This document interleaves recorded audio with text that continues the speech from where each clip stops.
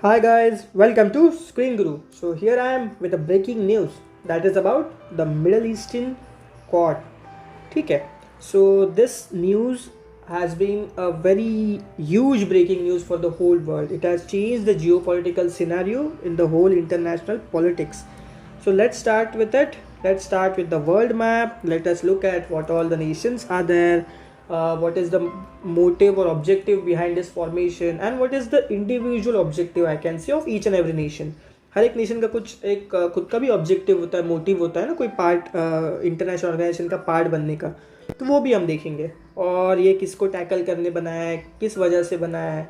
ठीक है, इसके स्ट्रेटेजिक इकोनॉमिक क्या इफेक्ट्स होंगे पूरे वर्ल्ड पे, इंटरनेशनल पॉलिटिक्स पे, उसके बारे में हम डिस्कस करेंगे. Okay, so starting with the world map first. So we have with us the United States of America, then we have with us Israel, we have with us our beloved nation India, then we have with us UAE. ठीक है, तो ये चार Nations ने एक cord बनाया है जिसको अभी हम रिसेंटली उसका नाम जो अभी न्यूज़ में आ रहा है उसको मिडिल ईस्टर्न कॉर्ड कहा जा रहा है. Okay, it hasn't been officially announced by any particular country और एक ऑर्गेनाइजेशन में ऐसे जैसे कि स्टैम्प पेपर पे लिख के भेज दिया, ऐसा नहीं है न्यूज़ में, लेकिन ये नाम बहुत चर्चे में आ रहा है. That is the Middle Eastern Quad और यू कैन सी कॉर्ड 2.0. ठीक है, तो अभी हम देखते हैं. आपको जैसे कि पता होगा, जैसे कि कॉर्ड जो हमारा था पहले, this is the Quad known by everyone, right? That is India, US, Australia, Japan. तो इंडिया यूएस तो है ही ये कॉर्ड 2 में भी, लेकिन हमने ये ऑस्ट्रेलिया और जापान का तो ये ऑलरेडी कॉर्ड बन चुका था, तो हमने एडिशन में क्या बनाया, इज़राइल और यूएई को साथ लेकर हमने मिडिल ईस्टर्न कॉर्ड बनाया. ठीक है, so we are today a part of the Middle Eastern Quad, we as in India with US, Israel and UAE.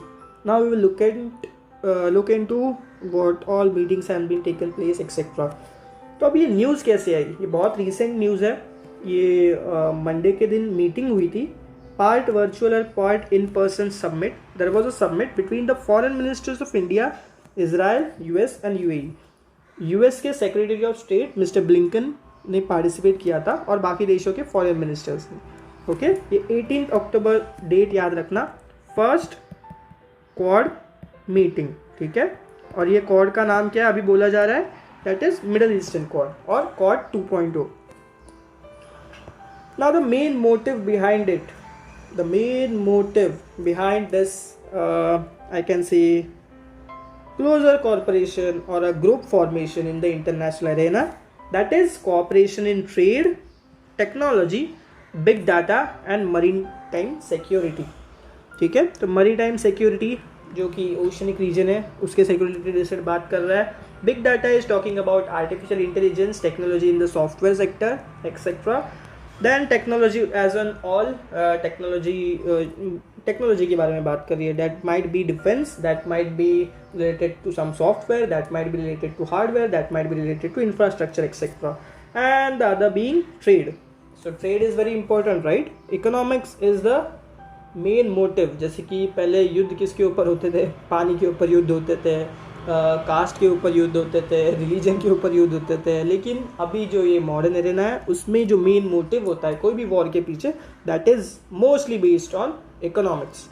Earlier it was also based on economics, but वो बहुत ज़्यादा complex हो जाता था. मतलब वो बहुत दूर की सोचने वाले जो वॉर्स हुए थे वो इकोनॉमिक बेसिस पे करते थे, और इकोनॉमिक्स हम लोग पीछे ऐसे कि साइड लाइन किया जाता था इकोनॉमिक थिंग को, इकोनॉमिक पार्ट को.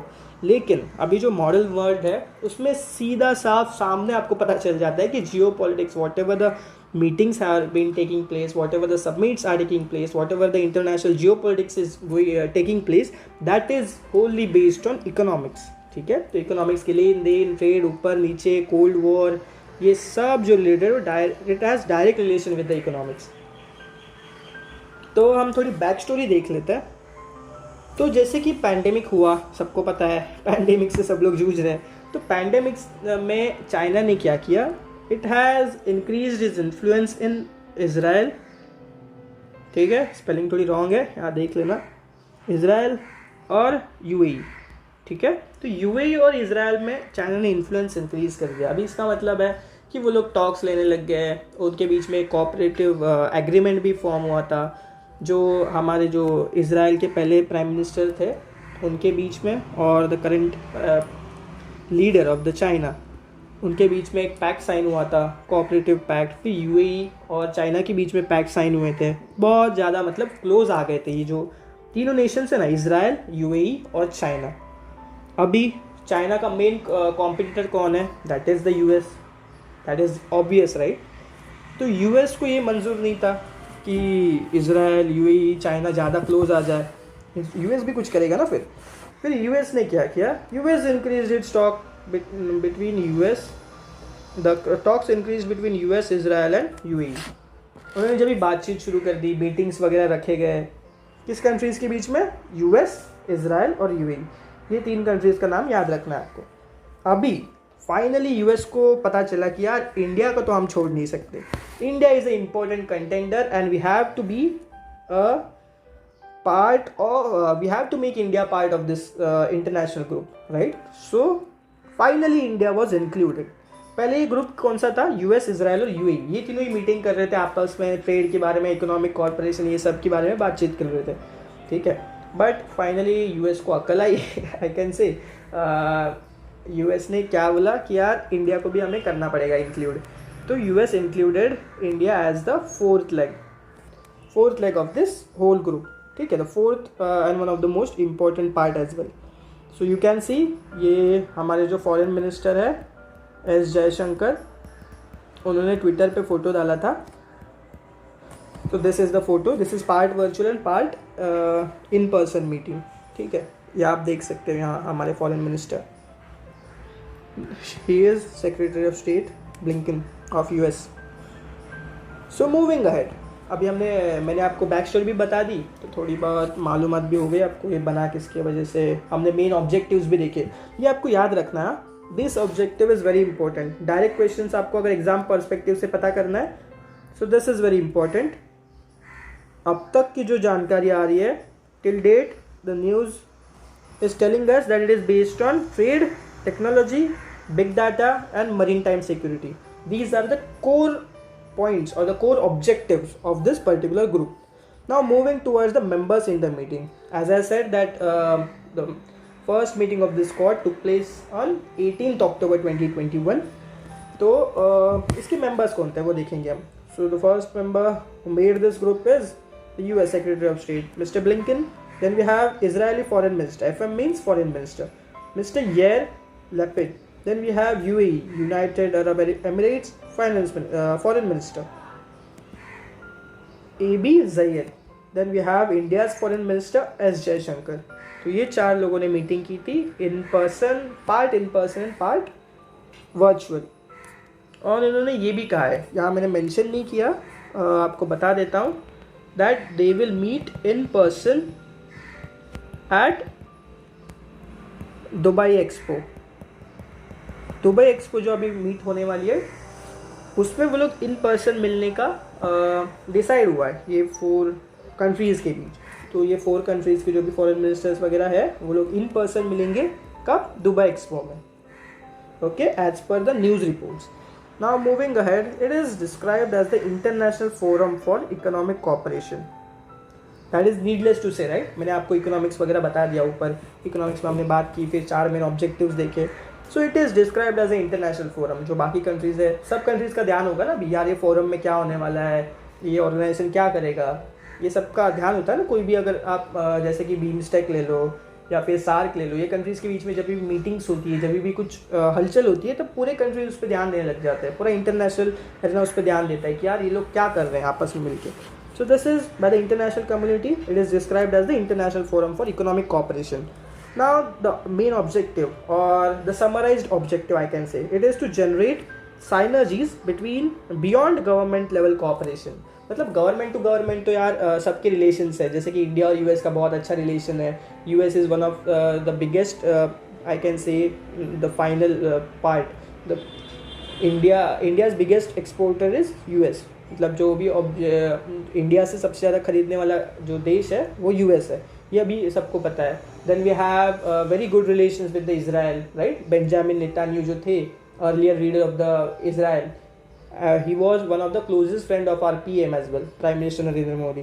तो इंडिया और इसराइल के नेशंस बहुत एंशियंट टाइम से अच्छे रिलेशंस है. Then we have India and UAE relations. UAE one of the top destinations है हमारे जो भी कंट्री मेंबर्स है उनका, right.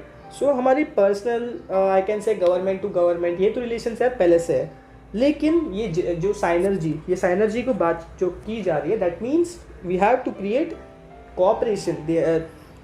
The main objective behind it is they have to create cooperation and something beyond, which is beyond the government level cooperation. Government to government तो ties है, लेकिन हमें उसके beyond जाना है. उसके beyond हमें ट्रेड पे, इकोनॉमिक कॉपरेशन पे, प्राइवेट सेक्टर इन्वॉल्व होगा, बहुत सारे सेक्टर्स इन्वॉल्व होंगे, नॉट जस्ट द गवर्नमेंट. ठीक है. So it has been given a outer look as a economic cooperative international group. लेकिन ये सबको पता है it has direct relation with the strategic motive as well. लेकिन स्ट्रैटेजी पे अभी किसी ने बात नहीं की है. तो स्ट्रैटेजी क्या होगी हम वर्ल्ड मैप में देखेंगे.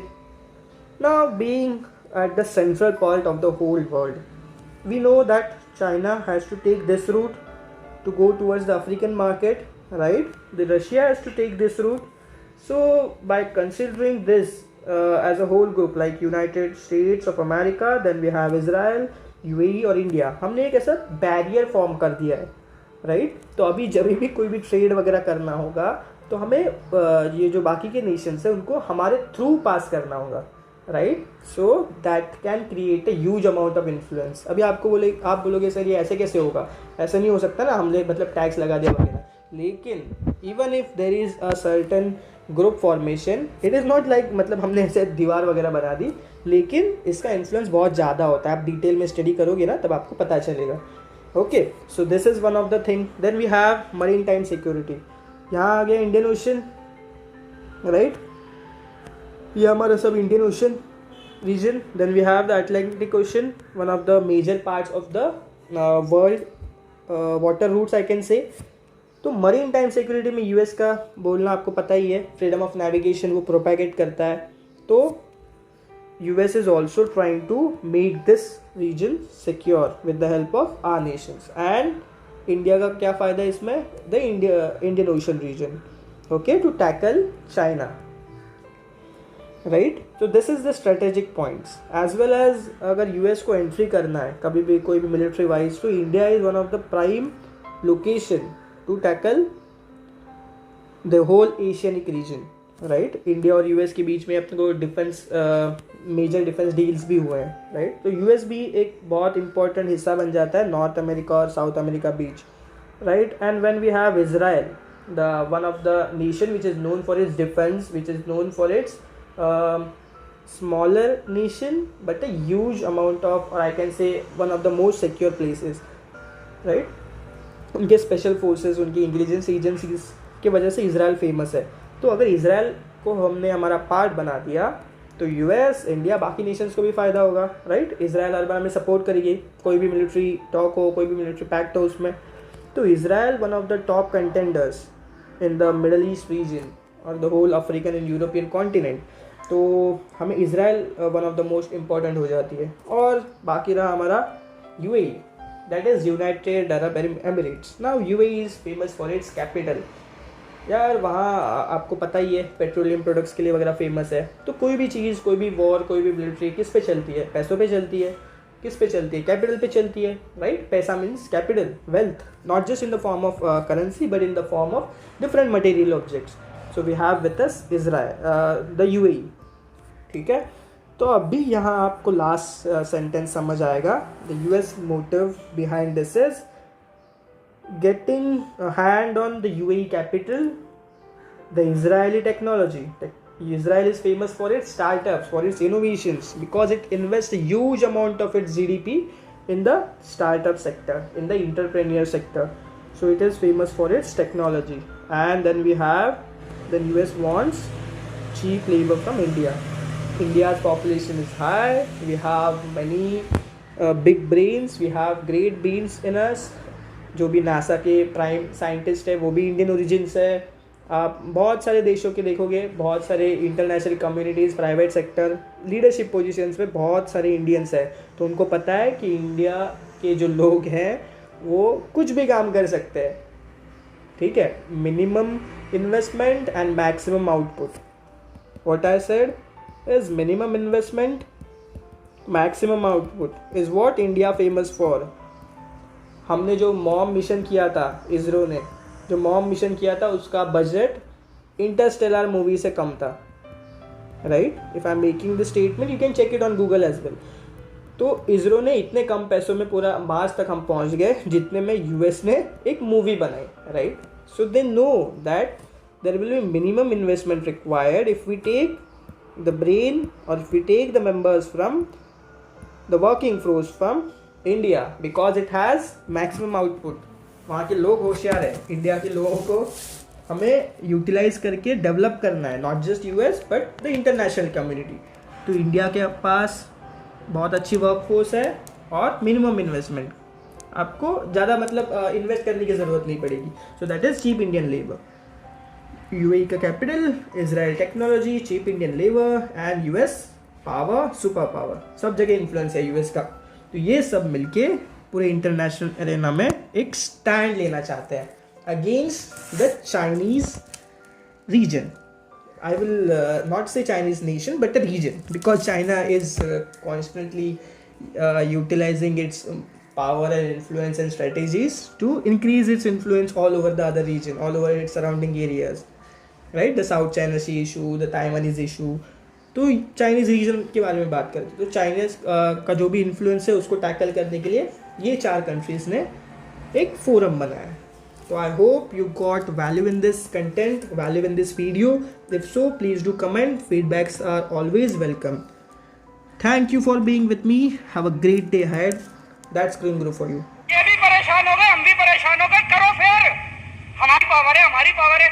जब तक हम कह रहे थे करो करो करो करो तो कह रहे थे तुम करो, आज हमने कर दिया तो कह रहे हम करेंगे, तो करो ना भाई।